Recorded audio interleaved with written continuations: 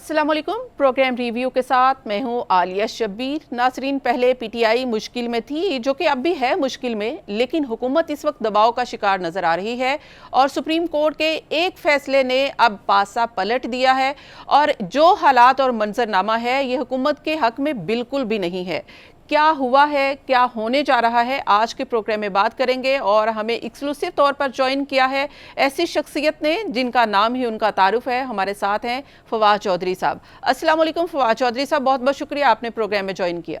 जी अस्सलाम वालेकुम। सबसे पहले तो बहुत खुशी हुई एक बार फिर से आपको स्क्रीन पर देख के, और आप छाए हुए हैं, जब से आए हैं स्क्रीन पर छाए हुए हैं। आप तकरीबन 10 चैनल पर देख सकते हैं और सोशल मीडिया पर भी आप इसी तरह से छाए हुए हैं। वो सेंटीमेंट जो हमने जब भी आप कोर्ट से आते थे, कोर्ट में पेशी के लिए आते थे, आप अपनी बच्चियों से मिलते थे, बीइंग जाहिर है कि बेटी और उसके बाद बीइंग अ पेरेंट, वो बड़े इमोशनल सेंटीमेंट होते थे हमारे लिए, जो देखने वालों के लिए। यकीनन आपके लिए भी ऐसे ही होते होंगे।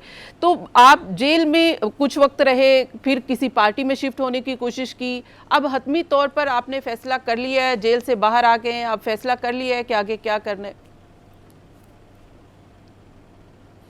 देखिए, पहली बात तो यह है कि जेल में तो इसीलिए रहे ना कि पार्टी में शिफ्ट नहीं हो रहे थे। पार्टी में शिफ्ट हो गए होते तो जेल में ना जाते।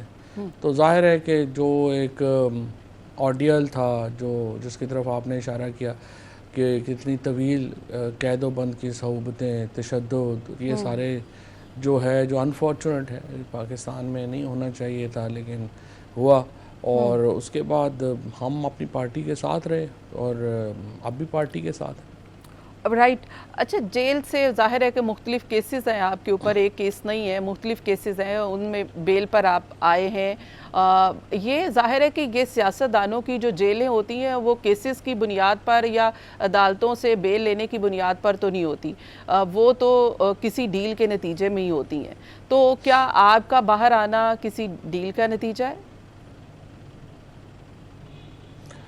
देखिए, बात यह है कि माहौल होता है, मुख्तलिफ माहौल होता है। पहली बात तो यह है कि ये बात बड़ी अनफॉर्चुनेट है कि पाकिस्तान में जो सियासी एक माहौल है उसके अंदर इतनी तलखी है कि अगर आप अपनी बात करें तो आपको जेल में भिजवा दिया जाता है। और इस वक्त 47 केसेस जो हैं वो मेरे पे बनाए गए हैं, जो कि बिल्कुल जाली है, जिनमें मतलब जिनकी कोई सिर है ना पैर है।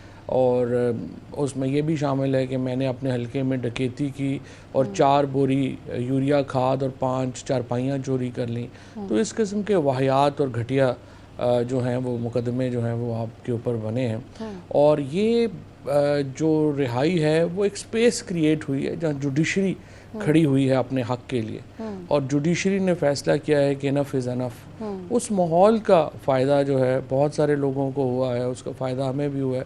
वरना तो ऐसे ही है कि बादशाह सलामत ने, जो आम तासुर है, आप ठीक कह रही हैं, यही होता है कि बादशाह सलामत ने आपको डेंजन में भेज दिया है, अब उनको दोबारा ख्याल आएगा तो आपको निकाल लेंगे, नहीं आएगा तो नहीं निकालेंगे, आप पड़े रहें वहीं पे।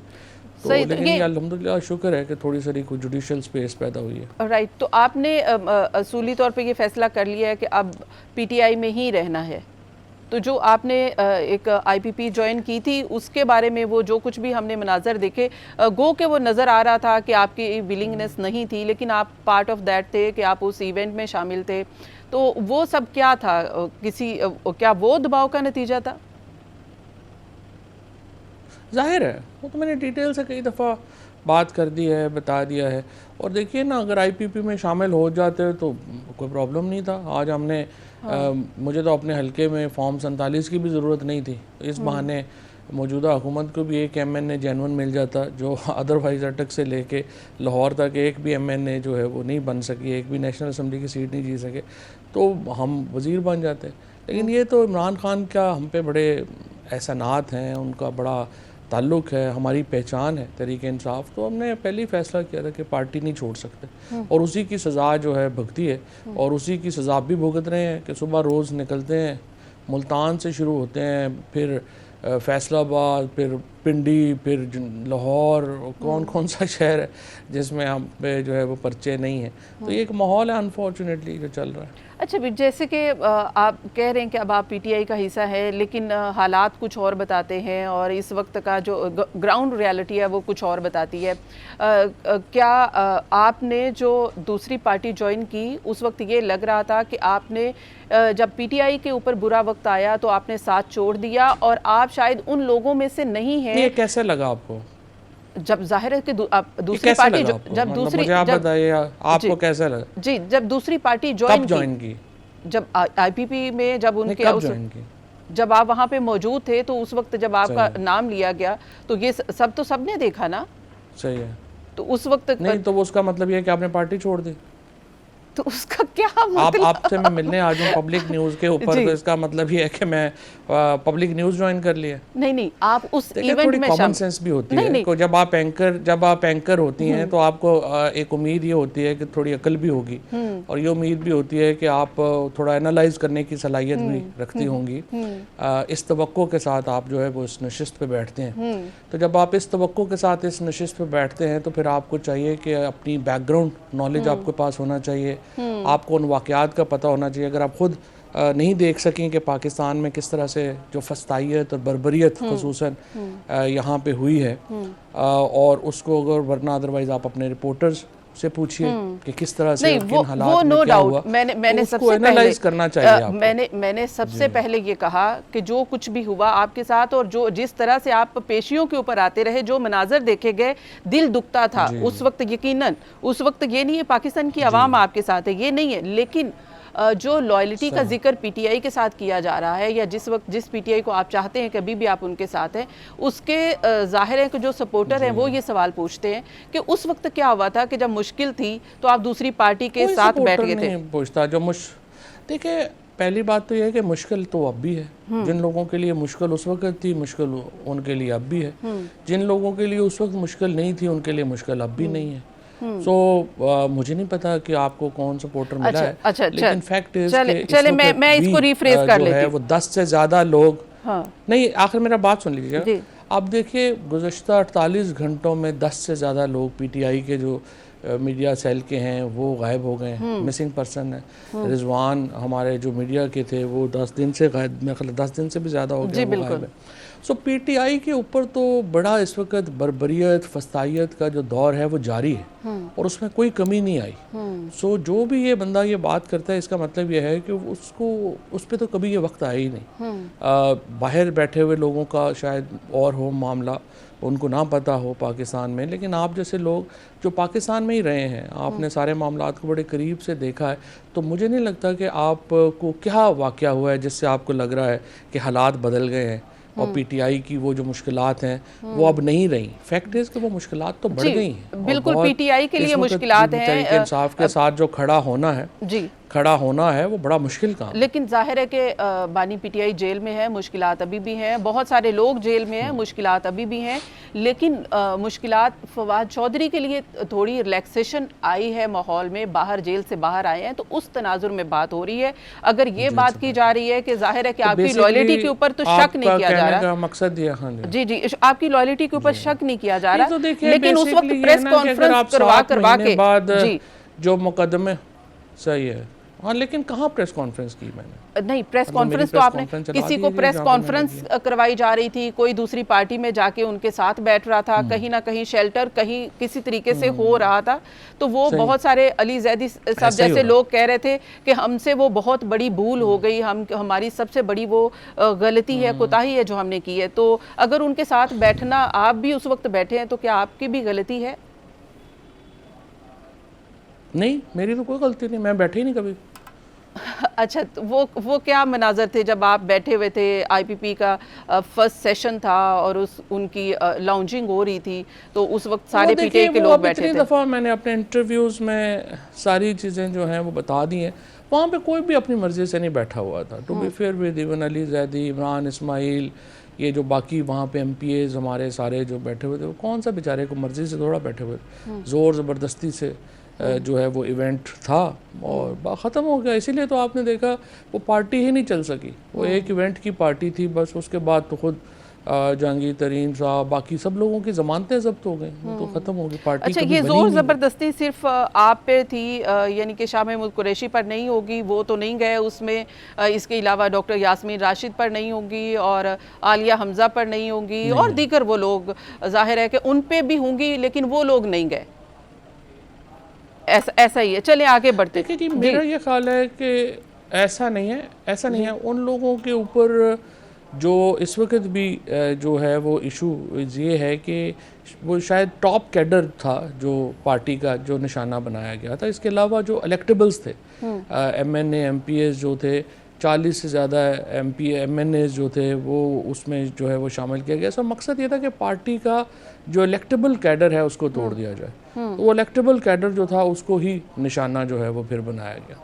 सही है। ठीक है। अच्छा, अभी ये आपने कहा कि अभी हालात पीटीआई के लिए अच्छे नहीं है, लेकिन कहीं ना कहीं अब ये होने लगे है कि शायद पीटीआई आगे बढ़ रही है, स्पेस मिल रही है। जैसे आपने कहा कि स्पेस आ गई है, तो ये स्पेस क्या किसी डील का नतीजा है? और ये भी अब तो अंदाजे लगाए जा रहे हैं कि बहुत जल्द पीटीआई के सारे लोग बाहर आ जाएंगे और कोई ऐसी डील हो चुकी है।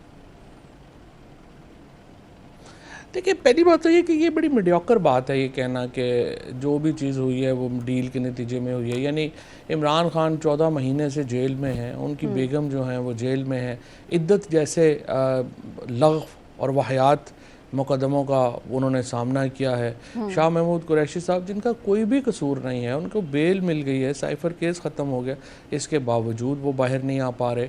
और जो तमाम कैडर है इस वक्त PTI का जो जेलों में है, और ये मेरा ख़्याल है कि बड़ी उनकी तौहीन है कि उनको कहा जाए कि जो सुप्रीम कोर्ट का फ़ैसले आए हैं या जो अदालतों में एक रिलीफ आई है वो बेसिकली डील की वजह से हो रही है। अगर सुप्रीम कोर्ट के और हाई कोर्ट के जज साहिबान कुछ जो हैं वो अपने हल्फ के मुताबिक खड़े हो गए हैं, तो बजाय इसके कि हम उनकी तारीफ़ करें और बजाय इसके कि हम ये समझें कि ये पाकिस्तान के लिए एक बड़ा I would say golden era है, जहाँ पे पाकिस्तान के लोग, पाकिस्तान की अदालतें अपने आइन के तहफ़्फ़ुज़ के लिए खड़ी हुई हैं, अपने हकूक़ के तहफ़्फ़ुज़ के लिए खड़ी हुई हैं, तो बजाय इसके कि उसको सेलिब्रेट किया जाए, हम एजेंडे के तहत उसको जो है वो डील करार देते हैं, ये बड़ा एक अनफॉर्चुनेट होगा। तो मैं तो समझता हूँ कि जो PTI को रिलीफ मिल रही है या जो ये रिलीफ नहीं मिल रही है, इंसाफ हो रहा है। क्योंकि कोई भी अगर आज पूरा इंसाफ हो तो इमरान खान एक दिन जेल में नहीं रह सकते।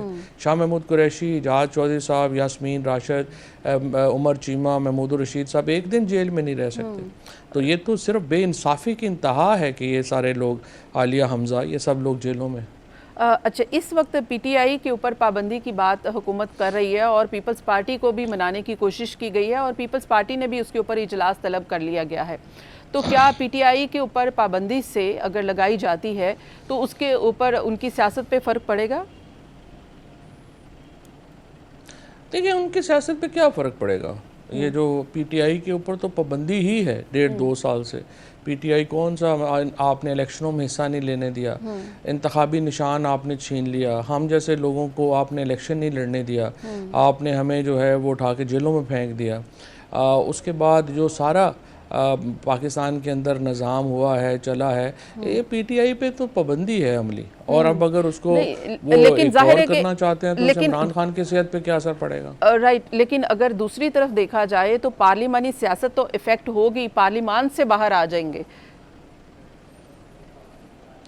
नहीं तो पार्लिमान में तो अभी भी PTI नहीं है ना जी, अभी भी देखेंगे आप तो अभी जो सुप्रीम कोर्ट ने जो फैसला दिया है उसके नतीजे में पहली बार PTI ने बहाल होना है अगले 15 दिन में। तो अगर वो 15 दिन से पहले जैसी सूरत हाल थी वैसी हो जाएगी तो किसी की सेहत पे क्या फ़र्क पड़ेगा?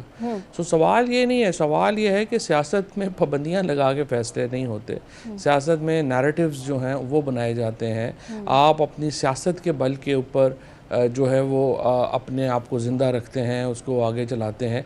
उसको ये थोड़ा ही है कि सारे लोग जो हैं उनको अगर आप समझें कि आप जेलों में डाल देंगे तो आप सियासत कर लेंगे, इस तरह तो नहीं होता। सो ये जो गलतफहमी है इस वक्त मौजूदा लीडरशिप की, जो पाकिस्तान की लीडरशिप है, उसको ये गलत फहमी है कि वो अपने सारे सियासी मुखालफों को जेलों में डाल के तो सुकून से हुकूमत कर लेंगे, जब अवाम ही आपके साथ नहीं है। आज 2/3 अवाम की अक्सरियत इमरान खान के साथ खड़ी है, उनका दिल इमरान खान के साथ धड़कता है। इमरान खान पाकिस्तान के लोगों की इस वक्त तर्जुमानी करते हैं जज्बात की। तो इस हालात में आप पाबंदी लगा लें, क्या फ़र्क पड़ेगा, नहीं लगाएंगे क्या फ़र्क पड़ेगा। अलबत्ता ये ज़रूर है कि आलमी दुनिया में आपने देखा अभी से इंटरनेशनल मीडिया ने जिस तरह इसको कंडेम किया है, जिस तरह से अमेरिकन स्टेट डिपार्टमेंट ने इसके ऊपर जो अपना व्यू दिया है, तो दुनिया में आप मज़ीद अपनी जग हंसाई कराएंगे, इसके अलावा तो कोई फ़र्क नहीं पड़ेगा। यहाँ पे शामिल करेंगे एक ब्रेक, मज़ीद बात करेंगे ब्रेक के बाद। Keep watching.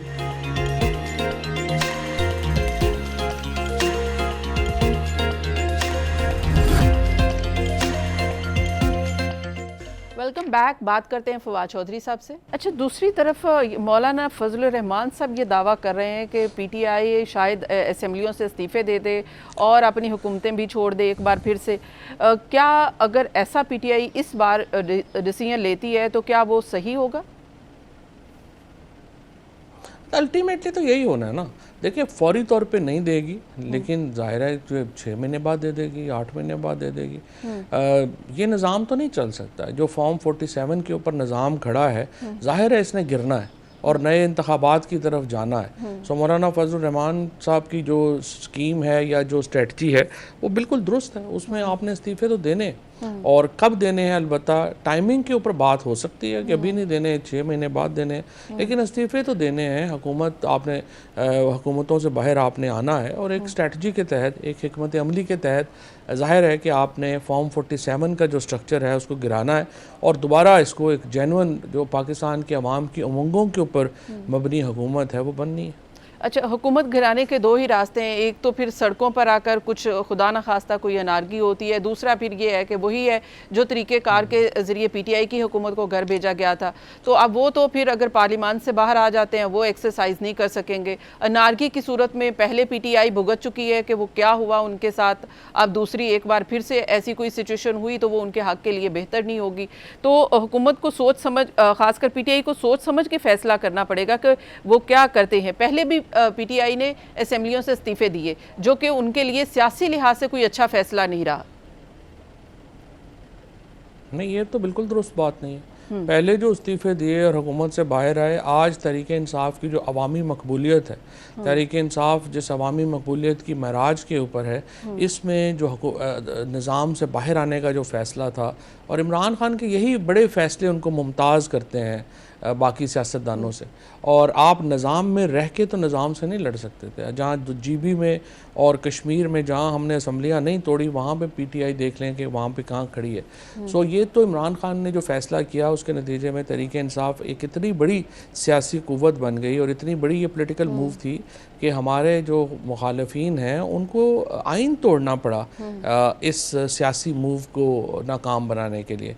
और वो अपने आप को आर्टिकल 6 का मुल्ज़म जो है वो उन्होंने अपने आप को बता दिया। वो ठीक है, जितनी देर हुकूमत में हैं तो वो रह लें, लेकिन ये तो उनके ऊपर एक सीधा सीधा केस है इस इलेक्शन कमीशन के ऊपर और उन निगरान हुकूमतों के ऊपर जिन्होंने ये डिले कराया। तो ये तो पहली बात तो ये, और पीटीआई का जो अरूज है वो इन्हीं असम्बलियों के फ़ैसलों की वजह से जो है वो हुआ।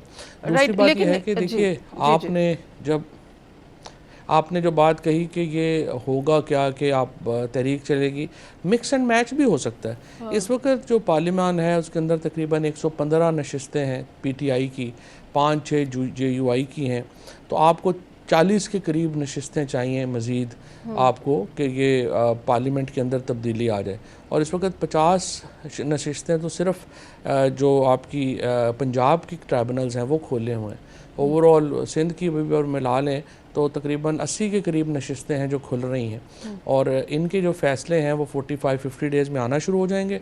तो पार्लियामेंट के अंदर भी गेम बदल सकती है। अच्छा, देखिए, ये वोट ऑफ नो कॉन्फिडेंस आना हो तो जब पीटीआई के ख़िलाफ़ आया, जब बानी पीटीआई के ख़िलाफ़ आया, जब वो वज़ीर आज़म थे, तो ये कहा गया कि ज़ाहिर है कि उसके पीछे इस्टेब्लिशमेंट है, उसके पीछे अमेरिका है। तो पाकिस्तान में जब भी इस किस्म की कोई बड़ी तब्दीली आती है, इवन कि हुकूमतें भी बनती हैं, आप गवाह हैं इसके और बल्कि आप हिस्सा रहे हैं, तो आपको पता है कि इस्टेब्लिशमेंट की हमायत के बगैर तो मुमकिन नहीं है। देखें, अब तो इशू ये हुआ ना कि इस्टेब्लिशमेंट की हमायत के बावजूद जो जरदारी और शहबाज शरीफ हैं वो हुकूमत नहीं कर पा रहे। सो पाकिस्तान में कुछ सोशल चेंजेस इस तरह की आ गई हैं, लोग किनशिप से इंडिविजुअलिज्म की तरफ चले गए हैं। वहाँ पे जो हुआ ये है कि इस वक्त एक बहुत बड़ी समाजी तब्दीली है जिससे पाकिस्तान जो है वो गुज़र रहा है, और उसके नतीजे में अभी आप देखिए कि 1.5 करोड़ वोटर रजिस्टर नया होना है, जिसका मतलब है 18 साल के नए जो वोटर है वो रजिस्टर हो रहा है। ये बच्चे हैं जिन्होंने पाकिस्तान के फ्यूचर का फ़ैसला करना है, और इस्टेब्लिशमेंट जो है अब उस तरह से डिसीजन मेकर नहीं रही जिस तरह से रवायती दौर के ऊपर रही थी। और अब अगला जो दौर आ रहा है वो एक जेन्युइन डेमोक्रेसी का दौर आ रहा है, और उसको वापस कूजे में बंद करना बड़ा मुश्किल होगा। अच्छा, अगर जो सिनेरियो आप बता रहे हैं ये, और जो बहुत सारे आलमी इदारे भी अब कह रहे हैं कि ये हुकूमत इतनी देर चलेगी, और अंदाजे भी लगाए जा रहे हैं, और आप भी जो मंजर कशी कर रहे हैं कि ये फैसले आने के बाद ये इस वक्त हुकूमत जो है वो गिर सकती है। हुकूमत गिरेगी अगर ये फैसले नहीं आते, तो क्या पीपल्स पार्टी क्या साथ दे सकती है एक बार फिर से? वो वोट ऑफ नो कॉन्फिडेंस के लिए आप पीटीआई का साथ दे सकती है? देखिए, अगर 35-40 नशिस्तें वैसे पीटीआई जीत गई तो फिर तो पीपल्स पार्टी की ज़रूरत नहीं रहेगी। और उसके बाद असल में तो देखिए ना, पीपल्स पार्टी ने पहले भी बड़ी गलती की है कि उन्होंने फॉर्म 47 की हमायत करके अपने आप को नंबर 2 पोजीशन से नंबर 3 पे धकेल दिया। अदरवाइज़ अगर आप जेन्युइन रिजल्ट्स देखें 8 फरवरी के, तो उनमें तरीके इंसाफ पहले नंबर पे थी और पीपल्स पार्टी दूसरे नंबर पे थी, और 18-20 सीटों के साथ नून लीग तो आउट हो गई थी मुकम्मल तौर के। लेकिन जरदारी साहब ने सिर्फ एक प्रेसिडेंटशिप और 2 गवर्नरियों के लिए अपने आप को, जो अपनी सियासत जो है, अपने बेटे की सियासत जो है उसको कुर्बान कर दिया, और उन्होंने फ़ैसला किया कि हम ये प्रेसिडेंसी लेंगे, 2 गवर्नरशिप लेंगे, और उसके बदले में नून लीग को 20 सीटों से बढ़ा के उन्होंने 75-80 सीटें दे दी, जिसकी वजह से सारा का सारा जो एक इक्विलिब्रियम था वो उनका अपना भी ख़राब हो गया। और आज भी पीपल्स पार्टी जो है, अगर ये रिजल्ट्स आ जाते हैं और पीटीआई हुकूमत बनाती है, तो अपोजिशन तो फिर बिलावल भुट्टो लीडर होंगे ना, तो पीपल्स पार्टी के पास चांस होगा रिवाइवल का अपनी पॉलिटिक्स का। पीपल्स पार्टी को तो हमायत करनी चाहिए कि ट्राइब्यूनल्स जो हैं वो मेरिट के ऊपर फैसले करें। जी ठीक है। ट्राइब्यूनल्स के हवाले से भी ये भी अब लाहौर हाई कोर्ट में भी ये कह दिया गया चीफ जस्टिस ने कि अब ये ट्राइब्यूनल्स के जजेस चेंज नहीं किए जाएंगे। हुकूमत ये चाह रही थी कि उसके ऊपर चेंजिंग्स की जाए। ये भी अब आपको भी लग रहा है कि अब शायद जल्द फैसले होने वाले हैं। अब अगर ऐसा होता है कि पीटीआई की, जैसे लेट्स सपोज कि आप कह रहे हैं कि ऐसी ये हुकूमत रुखसत हो जाती है और पीटीआई की गवर्नमेंट आ जाती है, तो फिर कैसा सिस्टम देख रहे हैं आप कि क्या होगा? कौन कौन है जो सामने आ सकता है? पीटीआई तो आके फ़ौरन इलेक्शन करवाएगी ना। देखिए, जो इस वक्त इमरान खान का जो मुतालबा है और मौलाना फजलुर रहमान का जो मुतालबा है वो ये है कि फौरी तौर पे नए इंतखाबात होने चाहिए, और नए इंतखाबात ही पाकिस्तान में एक आप समझिए कि मुस्तहकम सियासी निज़ाम की बुनियाद है। और जो ही इमरान खान को मौका मिलता है, वो जेल से बाहर आते हैं या पीटीआई की हुकूमत आती है, तो फौरी तौर के ऊपर नए इंतखाबात की तरफ बढ़ना होगा, और यही एक एजेंडा है इस वक्त जो इमरान खान का है। अब ये पहले भी जब पीएमएलएन और पीपल्स पार्टी ने ये वोट ऑफ नो कॉन्फिडेंस लेकर आए थे, उस वक्त भी यही एजेंडा तो यही था कि इलेक्शन करवाएंगे, लेकिन हालात ऐसे थे, मुल्की हालात ऐसे थे, इलेक्शन नहीं करवा सके। और ऐसा लगता ये है कि अब भी अगर करवाने भी होंगे तो 1-2 साल तो अब जो भी आएगा, 1 साल 2 साल तो उसको चाहिए होंगे, उसके बाद ही जाके वो इलेक्शन में जा सकता है। फौरी तौर पर इलेक्शन का माहौल लग नहीं रहा, और ये जितने भी अदादोशुमार हैं या जितने भी तज्ज़िये हैं वो भी यही बता रहे हैं। तो अगर ऐसी सिचुएशन में हुकूमत करनी पड़ेगी तो फिर पीटीआई हुकूमत करेगी? नहीं, मेरा ख्याल है कि देखिए, पहली बात तो ये कि माहौल क्यों नहीं लग रहा। पहली बात तो यह है कि पीटीआई को हुकूमत बनानी ही नहीं चाहिए जब तक वो ऐवान के अंदर एक 2/3 मेजॉरिटी अपनी रिस्टोर नहीं कर लेते और इमरान खान को वज़ीर आज़म नहीं बना लेते। तो उसके लिए तो नए इंतखाबात ही होने हैं और पाकिस्तान के आइन को बहाल करना ज़रूरी है। ये जो आप कह रही हैं कि जी हालात ऐसे हैं 2 साल इलेक्शन नहीं हो सकते, क्यों नहीं हो सकते? आइन में लिखा हुआ है 90 दिनों के अंदर इलेक्शन कराने हैं।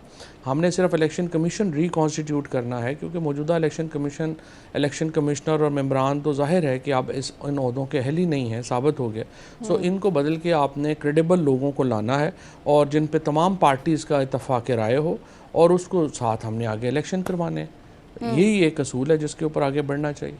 जी ठीक है, इसके अलावा कोई और ऑप्शन है नहीं, इलेक्शन करवाना ही वाहिद हल है कि इलेक्शन करवाने जाए। सियासी इस्तेहकाम नहीं आ सकता, सियासी इस्तेहकाम नहीं आ सकता इसके बगैर। उसके बगैर तो ऐसे ही जो है वो कौन लल्ले जमानत तलल्ले देगा, चलते कौन जमानत देगा कि जो इलेक्शन करवाए जाएंगे वो फ्री एंड फेयर होंगे और वही फिर $1 मिलियन सवाल के उनको सब मान लेंगे, फिर कोई क्योस नहीं होगा इलेक्शन के ऊपर?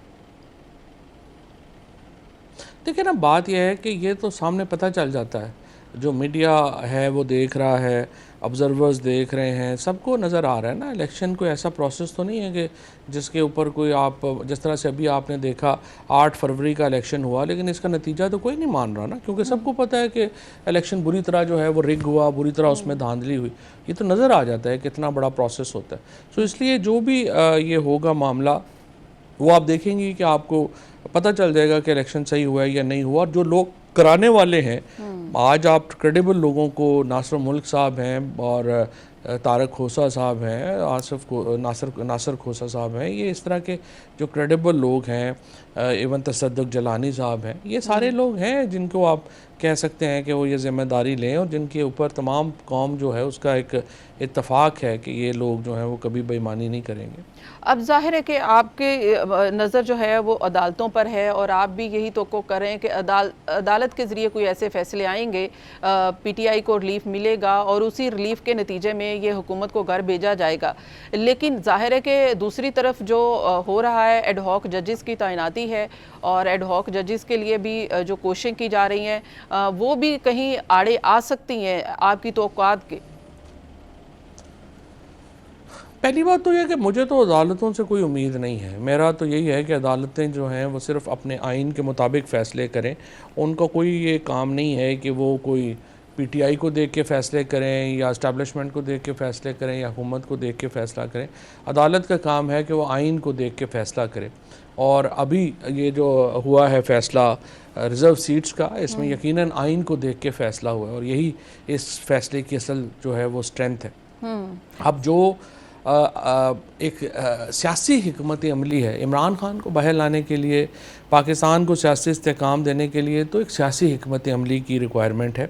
और सियासी हिकमत अमली में ज़ाहिर है इस्टेब्लिशमेंट का अपना रोल है, रूलिंग पार्टी PMLN का अपना रोल है और PTI का अपना रोल है। और मेरी नज़र में तमाम पार्टीज़ को एक एक कदम पीछे लेना होगा ताकि पाकिस्तान के अंदर बग़ैर किसी हम समझिए कि एक स्ट्रीट मूवमेंट के, बग़ैर किसी एक पब्लिक मूवमेंट के हम पाकिस्तान को इस्तेहकाम दिला सकें।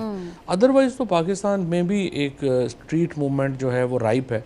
आपने देखा कि जिस तरह से अभी एक मुख्तलिफ जो बन्नू में हुआ, इसके साथ साथ जो कि इस वक्त बलूचिस्तान में हो रहा है, तो ये सारी चीज़ें जो हैं वो कोई अच्छी नहीं है। So it's important for every party involved in this conflict कि वो अपने एक एक कदम पीछे हटाएं ताकि पाकिस्तान को हम इस्तेहकाम की तरफ धकेल सकें। अच्छा, ये जो भी आप कह रहे हैं पॉलिटिकल मूवमेंट करने के लिए जितनी भी ये सियासी तौर पर स्ट्रगल है, इसके लिए सियासी जमात का, ख़ासकर PTI का स्ट्रॉन्ग होना बहुत ज़रूरी है, उसकी स्ट्रेंथ होना बहुत ज़रूरी है। क्या इस वक्त PTI में इतनी स्ट्रेंथ है, उसमें जो लोग बैठे हैं ओहदों पर उनकी इतनी स्ट्रेंथ है कि वो इस किस्म की पॉलिटिक्स कर सकें कि ये सारा मंजरनामा उनके हक में आ जाए? ग्रास रूट्स के ऊपर तो PTI की स्ट्रेंथ ज़ाहिर है बहुत ज़्यादा है और उसका कोई मुकाबला नहीं है, जो भी इलेक्शनों में भी हमने देखा और उसमें साबित हुआ। लेकिन अगर आप ये बात करें कि एक स्ट्रीट मूवमेंट की, ख़ुसूसन पंजाब में चलाने की जो एक स्ट्रेंथ है PTI की, वो अभी नहीं है। और उसकी वजह यह है कि यहाँ पे लोगों को जुल्म का, तशद्दुद का निशाना बनाया गया। इस वक्त ये हुकूमत लाठी और गोली के ऊपर चल रही है। ज़ाहिर है कि इस हुकूमत की कोई अखलाकी स्ट्रेंथ तो है नहीं, इस हुकूमत की कोई कानूनी स्ट्रेंथ तो है नहीं, तो ये लाठी गोली की सरकार है जो इस वक्त पाकिस्तान में जो है वो चल रही है। अब पाकिस्तान के जो लोग हैं, ख़ुसूसन जो पंजाब के लोग हैं, रवायती तौर के ऊपर ये तो पुरअमन लोग हैं और यहाँ पे लाठी गोली का मुकाबला करने के लिए आगे से लाठी और गोली जो है वो चलाने का रवाज नहीं है। लेकिन अगर आप बिल्कुल दीवार से धकेल देंगे लोगों को तो फिर इसका रद्द अमल भी हो सकता है। और इसीलिए मैं समझता हूँ कि हमें लोगों को उस जगह पे नहीं लेके जाना चाहिए कि जहाँ पे जो पुरअमन लोग और शरीफ लोग भी रद्द अमल देने पे मजबूर हो जाएं। तो ये ख़तरनाक स्ट्रेटजी होगी कि लोगों को इस हद तक दीवार से लगाया जाए कि वो भी आगे से जो है वो आप पर जो है वो बाहर निकल आएँ, और ये मुनासिब बात नहीं होगी। अच्छा, यही कुछ हम सुनते थे जब पीटीआई हुकूमत में थी और पीएमएलएन वाले यही कहते थे कि देखें हमें दीवार से लगाया जा रहा है, पॉलिटिकल इंजीनियरिंग की जा रही है, सियासी इंतकाम का निशाना बनाया जा रहा है, और यही कमोपेश आप भी कह रहे हैं और यही नज़र भी आता है। तो मुख्तलिफ कुछ भी नहीं है, ना उस दौर में ना इस दौर में। देखिए, पहली बात तो यह है कि ये दोबारा ये बात कहना बड़ी एक, मैं समझता हूँ कि एक नाइव बात है और ये बिल्कुल एक दुरुस्त बात नहीं है, क्योंकि लोगों ने पीएमएलएन के दौर में जो हुआ वो भी देखा और जो अब हो रहा है वो भी देख रहे हैं। और आप देख कितनी पीएमएलएन की ख़वातीन को घर में पकड़ के जो है वो ज़दोकोब किया गया। आपने कल भी देखा होगा जो ट्विटर के ऊपर जब उन्होंने अरेस्ट किया वकास को, उनकी वालदा को, जिस तरह से पुलिस वालों ने बट मारे और वो जो हैं वो ज़ख्मी हुई। कितने बच्चों को जो है वो उठाया गया, आमिर मुग़ल जैसे लोगों के जो बच्चे हैं उनको उठा लिया गया। कितनी दफ़ा लोगों के घर तोड़े गए या गाड़ियाँ तोड़ी गई, या लोगों को जो है वो 6-6 7-7 महीने बेगुनाह इस तरह से जेलों में जो है वो डाला गया। तो ये कभी नहीं हुआ पाकिस्तान की तारीख़ में। लोगों को जो ख़वातीन के साथ बेइज़्ज़ती की गई, माँओं के साथ जो जिस तरीके से इंसल्ट की गई, इसको कंपैरिजन तो कभी भी किसी भी दौर के साथ नहीं किया जा सकता। और जो पंजाब में जो पुलिस गर्दी हुई और जो इस्लामाबाद में पुलिस गर्दी हुई और किसी हद तक फिर कराची में, ये जो हुआ ये तो पाकिस्तान की तारीख़ में अनप्रेसिडेंटेड है। तो इसको किसी भी दौर से कंपेयर करना, मैं समझता हूँ कि वैसे ही इसकी जो शिद्दत है, इसकी जो आई वुड से कि जो जिस नफ़रत का इजहार हुआ है वो कम करने की एक कोशिश तो हो सकती है, लेकिन सच बिल्कुल भी नहीं। सो यस, पीएमएलएन के दौर में आप उनके ऊपर जो केसेस बने थे, और वो तो देखिए ना, पनामा केस जो था वो पाकिस्तान में तो किसी ने नहीं बनाया था। आज भी आपके पास जब नून लीग के लोग आते हैं तो उनसे पूछें कि वो जो अपार्टमेंट्स हैं, जो बुनियादी केस है। जी ठीक है, बहुत बहुत शुक्रिया फवाद चौधरी साहब, आप साथ थे। इस वक्त हुकूमत जो है वो किस तरह के डिसीजन ले रही है और इस साथ साथ पीटीआई के लिए जो एक स्पेस क्रिएट हो रही है उससे कितना फ़ायदा उठा सकती है, इसी पर बात कर रहे थे। दैट्स ऑल, मुझे दीजिए इजाज़त, अल्लाह हाफिज़।